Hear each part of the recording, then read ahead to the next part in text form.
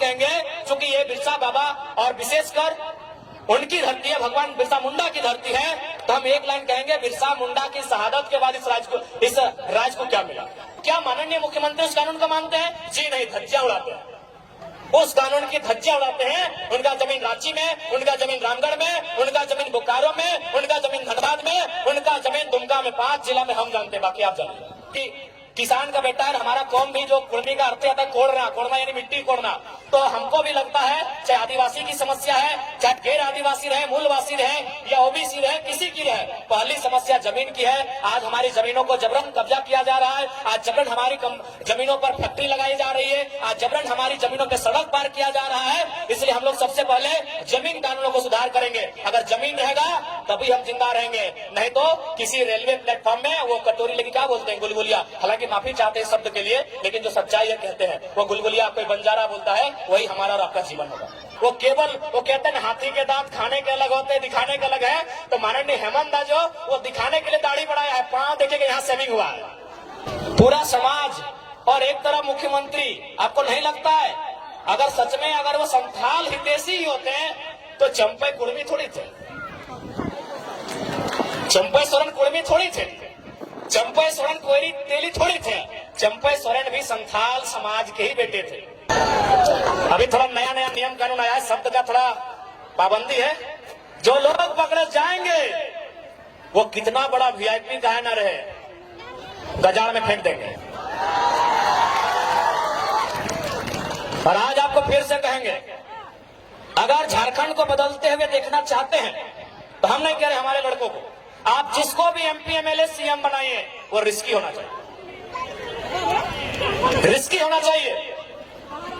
अगर वो रिस्की नहीं होगा, अगर उसमें अपने परिवार की चिंता होगी, जान का डर होगा, तो लिख के बोलते झारखंड नहीं बदलेगा, नहीं बदलेगा भैया। एचईसी का कब्जा है, टाटा का कब्जा है, चांडिल डैम 60 साल पुराना विषय है, हिंडाल्को में 50-60 साल पुराना विषय है, बीसीसीएल, सीसीएल, ईसीएल। अरे भाई आप सीधा उंगली से घी निकलेगा। यहाँ ऐसा सीएम चाहिए जिसके पास कलेजी नहीं कलेजा हो। 3 महीना बर्दाश्त नहीं कर पाए ये लोग, 4 साल 5 साल, कोई हजारीबाग में चूल पका के आया है, कोई जमशेदपुर में 10 साल अप्रेंटिस का काम करके आया है, कोई धनबाद के कोयला खदानों के अंदर प्रैक्टिस करके आया है, 10 साल तक प्रैक्टिस किया है, और आप 3 महीना बर्दाश्त नहीं कर पाए, तुरंत सीएम का कुर्सी आपको चाहिए। करने का काम करेंगे तो हम हेमंत से भी सवाल करेंगे, अर्जुन मुंडा से भी सवाल करेंगे और सुदेश महतो से भी सवाल करेंगे। आपके साथ अगर अन्याय होगा तो हमदर्दी रहेगी। आपके साथ ईडी ने आपको परेशान किया, हमदर्दी हमने दिखाई कि भाई ईडी खाली विपक्ष के पास ही क्यों है, वो पक्ष वालों के पास क्यों नहीं है, बीजेपी के लोगों के पास क्यों नहीं। बिल्कुल हमने हर बार इंटरव्यू कहा, लेकिन आप आगे दिखाएंगे बड़ा बड़ा दाढ़ी और 5 सेब करके आएंगे तो जनता को तो बताएंगे। दीदी सब तो इतना जन भारी संख्या में अहिले हाथ जुटाला, बताओ तो यहाँ डॉक्टरनी तो नहीं कहेगा, डॉक्टरनी नहा, मास्टरनी कहेगा, इंजीनियर कहेगा, वकील कहेगा, तो तोहनी की भातरंगनी है ना, भात राना ना। बताओ झारखंड के बहु बेटी जकर बाप दादा के गर्दन कट के अलग रह गए, जकर बाप दादा के पीठ के चाम छाल के पीटा होती पुलिसियन में, ये सब झारखंडी पुलिस लगो। पहले जब हथोन परदेसिया पुलिस तो हमने के पिटवाइन का चाम छाल डाले मारते मारते। ये बगल में तिरुल्ली हो, अजीत महतो, धनंजय महतो के जो गोली चल रहे, 2 16 साल के लड़का जो मर गया, शहीद भाई गया, पता कर ले की कारण लगल, बस कारण है कि ब्लॉक में अपनी धरना दे रहा, यानी सोच ले कि हमने उस समय ब्लॉक में धरना भी नहीं दे सकला। धरना देना तो कोई अपराध नहीं लगले, ब्लॉक में धरना दे रहा है, लेकिन सही समय सब परदेसिया पुलिस मनमानी दंदना की गोली चले, 2 नौतन की तरह मर गए, अपनी चौका के सामने मूर्ति भी बना है, देख लो ई राज्य के हमारे दशा है। तो स्थानीय नीति के मतलब है कि जकर बाप दादा बलिदान दे इस राज्य के अलग कर।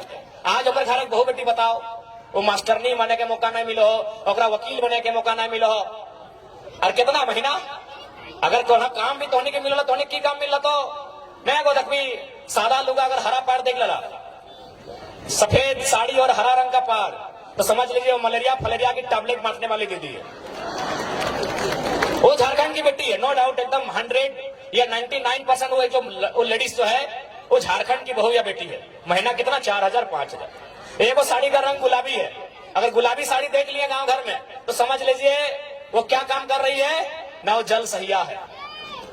यदि आप आसमानी साड़ी देख लिए हैं तो समझ लें कि आंगनबाड़ी की सेविका है। ये काम किसको है? झारखंडी को। अब चले जाइए रांची के दफ्तर में, चले जाइए जमशेदपुर के दफ्तर में, जहां एसी चल रहा है, जहां मैडम जी कलम लेकर बैठी हैं, उसका तनख्वाह 60,000 है, उसका तनख्वाह 90,000 है, उसका तनख्वाह 1,20,000 है। और पूछिएगा आप कहाँ के हैं? बोले कि हम इलाहाबाद के हैं, हम पटना के हैं, हम छपरा के हैं, हम दिल्ली के हैं, हम लखनऊ के हैं। तो हाँ, हम लोग बर्तन मांजने के लिए झारखंड लिए हैं, हम लोग बर्तन मांजने के लिए झारखंड लिए हैं। हमारी बहू बेटी लोग बर्तन मांजेगी नहीं, हम लोग बर्तन मांजे, हमारी दीदी लोग बर्तन मांजेगी। और ये हम नहीं कह रहे हैं, ये आंकड़े कह रहे हैं, सरकार के आंकड़े कह रहे हैं कि 75,000 झारखंड की 75,000, उसमें मैक्सिमम आदिवासी घर की बेटियां दिल्ली में, चेन्नई में, बंबई महानगरों में दाई का काम करती है। ये आंकड़े कहते हैं 75,000। यानी जिनके लिए राज बना है उनके घर की बहू बेटियां दिल्ली में जाके नौकरानी का काम करती है, और जिनका इस राज से वास्ता नहीं वो मलकती है, चमकती है और महारानी का काम करती है। ये हमारे राज्य की दुर्दशा है। हमें उन बहनों से भी शिकायत नहीं है, हमें शिकायत हमारी सरकार से है। वो दिल्ली की बहन हो चाहे पटना की बहन हो, हमें उससे कोई शिकायत नहीं। शिकायत हमारी सरकार से है कि आप इस राज्य से बाहर लोगों को अवसर क्यों देंगे, क्यों देंगे? ये राज्य हमारा है, इस राज्य में गैर राज्यों को अवसर क्यों मिलेगा? अगर उनको ये अवसर देना था, यदि एचआर बन के यूपी के लोग ही आते, ठेकेदारी करने के लिए बिहार के लोग आते हैं, नर्स बनने के लिए उड़ीसा के लोग आते हैं, और यदि कंपनी को चलाने के लिए बंगाल के लोग आते हैं, तो निर्मल महतो को गोली कहे चलाए थे भाई? निर्मल महतो क्या बने, कहे शहादत दिए थे, कहे शहादत दिए थे निर्मल महतो? बताइए आप। आज ठेकेदारी के लिस्ट फूट उठाइए, अरे आपको ताज्जुब होगा कि पीसीसी रोड का ठेका यूपी और बिहार के लोग लेते हैं। ये हम नहीं कह रहे, अखबार का कटिंग कह रहा है।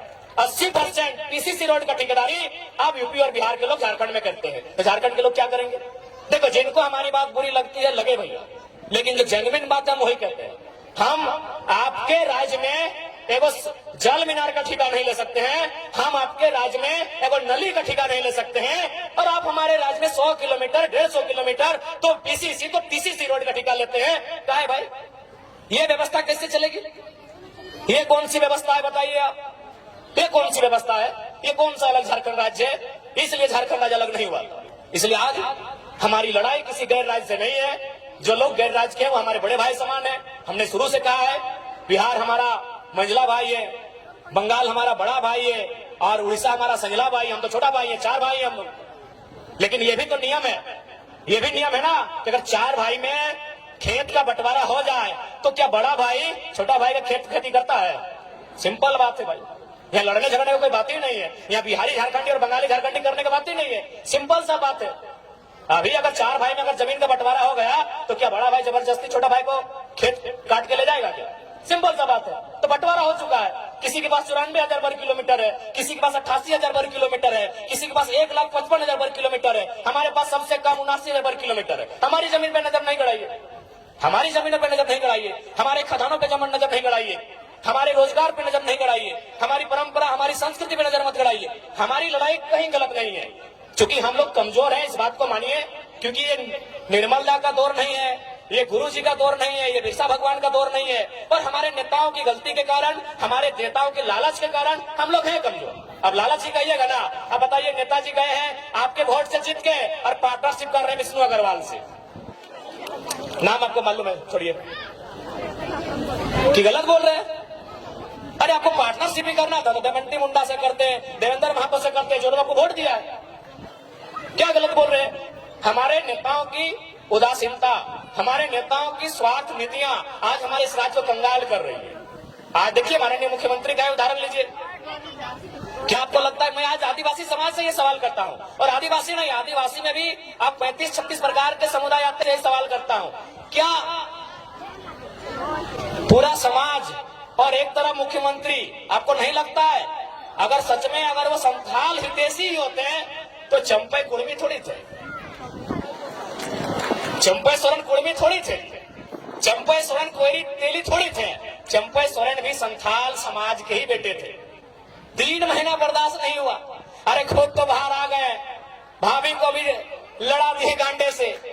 हम तो बोले आप उनकी वंशावली जारी कर दीजिए और अपना सीट जारी कर दिए, काहे वहां नया लड़का लोग तैयारी करेगा। 3 महीना बर्दाश्त नहीं कर पाए, इन लोग 4 साल 5 साल, कोई हजारीबाग में चूल पका के आया है, कोई जमशेदपुर में 10 साल अप्रेंटिस का काम करके आया है, कोई धनबाद के कोयला खदानों के अंदर प्रैक्टिस करके आया है, 10 साल तक प्रैक्टिस किया है और आप 3 महीना बर्दाश्त नहीं कर पाए, तुरंत सीएम का कुर्सी आपको चाहिए।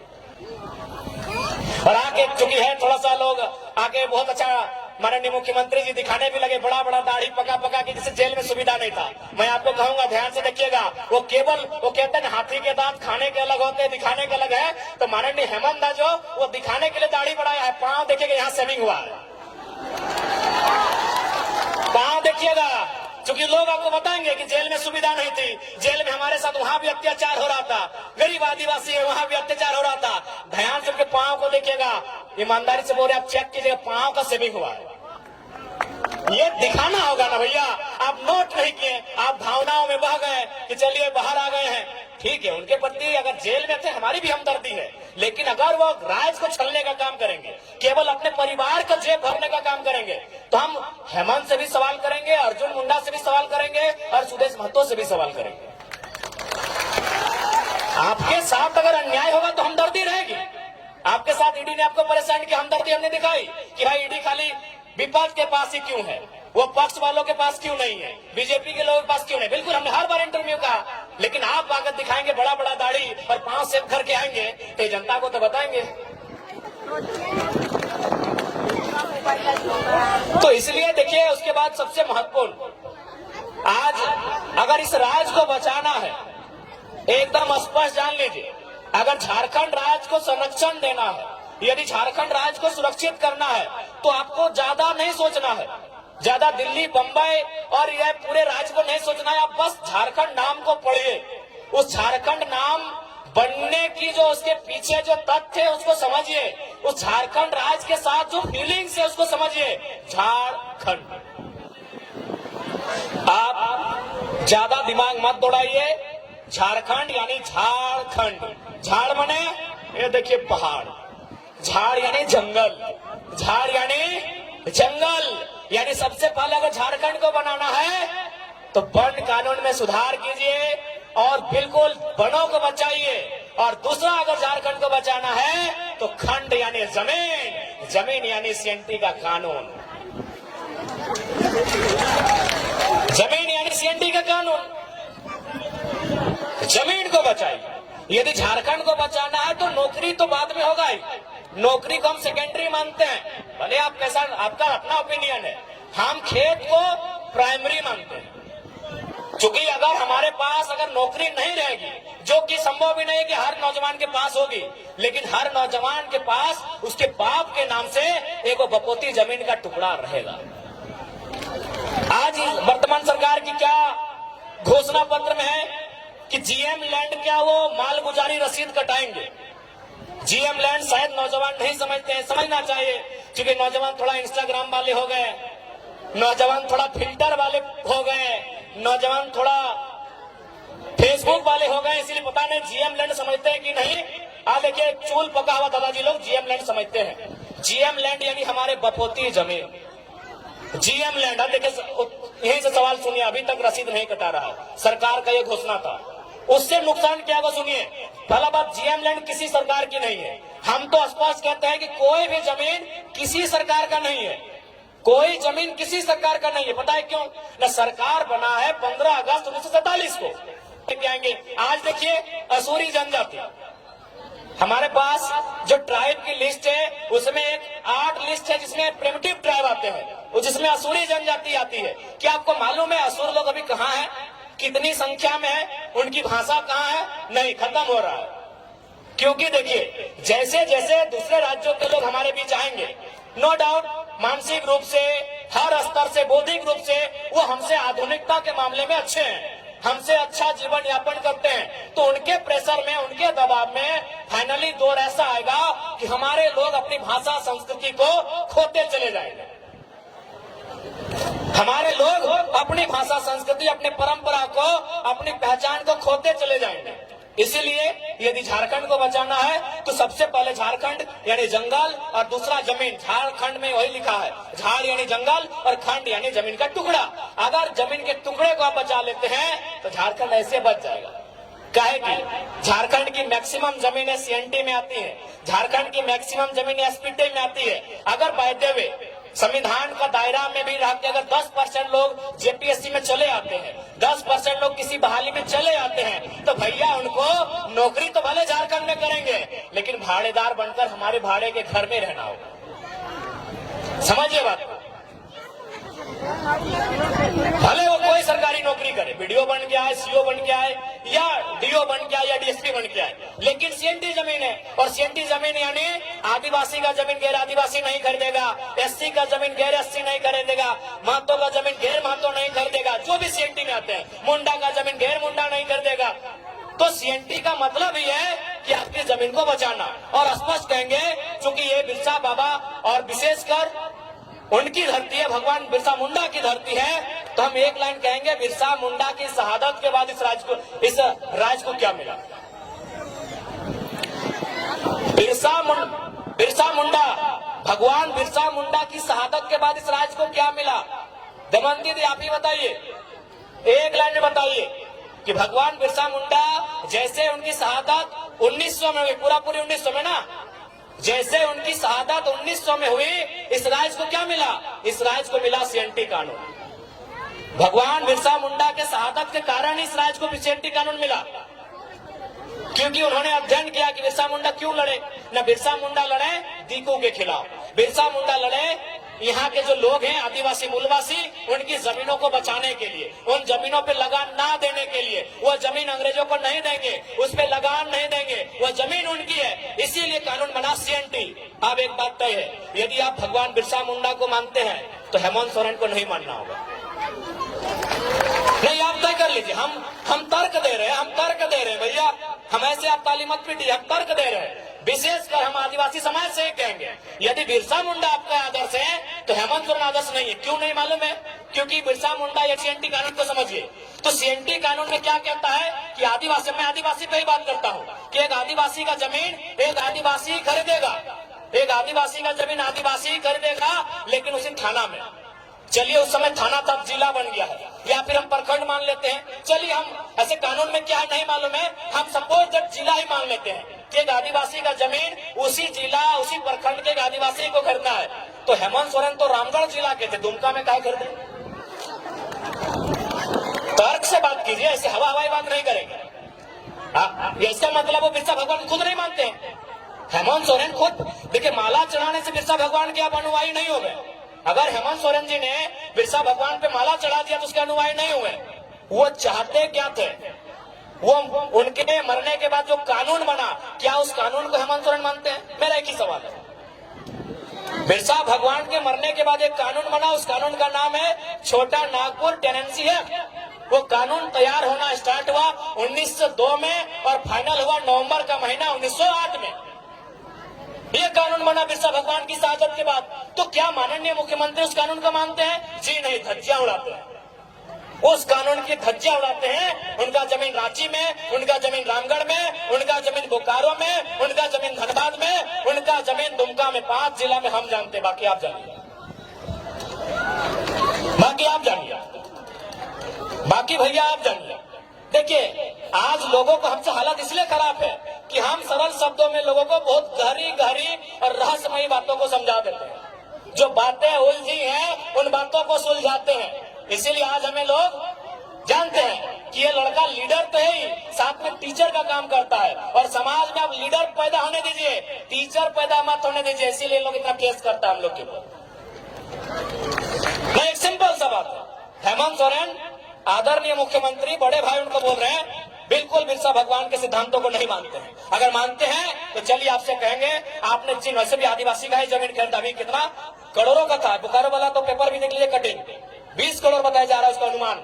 आप उस आदिवासी परिवार का जमीन वापस कीजिए, हम मानेंगे आप आदिवासी हितैषी भी हैं और आप बिरसा भगवान को मानने वाले भी हैं। तो इसलिए अगर हम लोग सरकार में आते हैं तो देखिए, मेरा जो दिल कहता है, हम भी चूंकि किसान का बेटा है, हमारा कौम भी जो कुर्मी का अर्थ आता है कोड़ना, कोड़ना यानी मिट्टी कोड़ना, तो हमको भी लगता है चाहे आदिवासी की समस्या है, चाहे केर आदिवासी रहे, मूलवासी रहे या ओबीसी रहे, किसी की रहे, पहली समस्या जमीन की है। आज हमारी जमीनों को जबरन कब्जा किया जा रहा है, आज जबरन हमारी जमीनों पर फैक्ट्री लगाई जा रही है, आज जबरन हमारी जमीनों पे सड़क पार किया जा रहा है। इसलिए हम लोग सबसे पहले जमीन कानूनों को सुधार करेंगे। अगर जमीन रहेगा तभी हम जिंदा रहेंगे, नहीं तो किसी रेलवे प्लेटफॉर्म में वो कटोरी लेके क्या बोलते हैं, गुलगुलिया, हालांकि माफी चाहते हैं शब्द के लिए, लेकिन जो सच्चाई है कहते हैं वो गुलगुलिया कोई बंजारा बोलता है, वही हमारा और आपका जीवन होगा।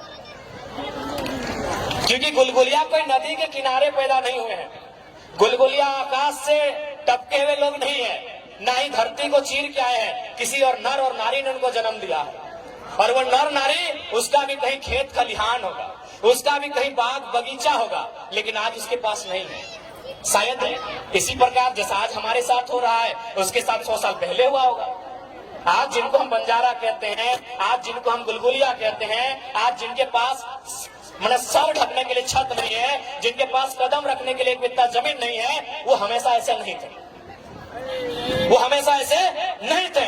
उनके पास भी इसी दुनिया में, इसी जहान में, किसी कोने में जरूर एक जमीन का टुकड़ा होगा, जहां उनके पूर्वजों का आशियाना होगा, जहां की सुबह और शाम वो अपने परिवार के साथ जीते होंगे, खाते होंगे, एक साथ रहते होंगे। लेकिन आज उनके पास कुछ नहीं है। चले जाइए रांची का रेलवे स्टेशन, चले जाइए धनबाद का रेलवे स्टेशन, चले जाइए कोई भी रेलवे स्टेशन, आपको मिलेंगे वो लोग। तो हम नहीं चाहते हैं कि झारखंड के लोगों की दशा ये हो। इसलिए अगर हम लोग गवर्नमेंट में आएंगे तो सबसे पहले यहाँ के जो जमीन कानून है मजबूती से लागू करेंगे, उनको और प्रभावी बनाएंगे, ताकि यहाँ के लोगों, भोले भाले लोगों की जमीन कोई हड़प ना ले।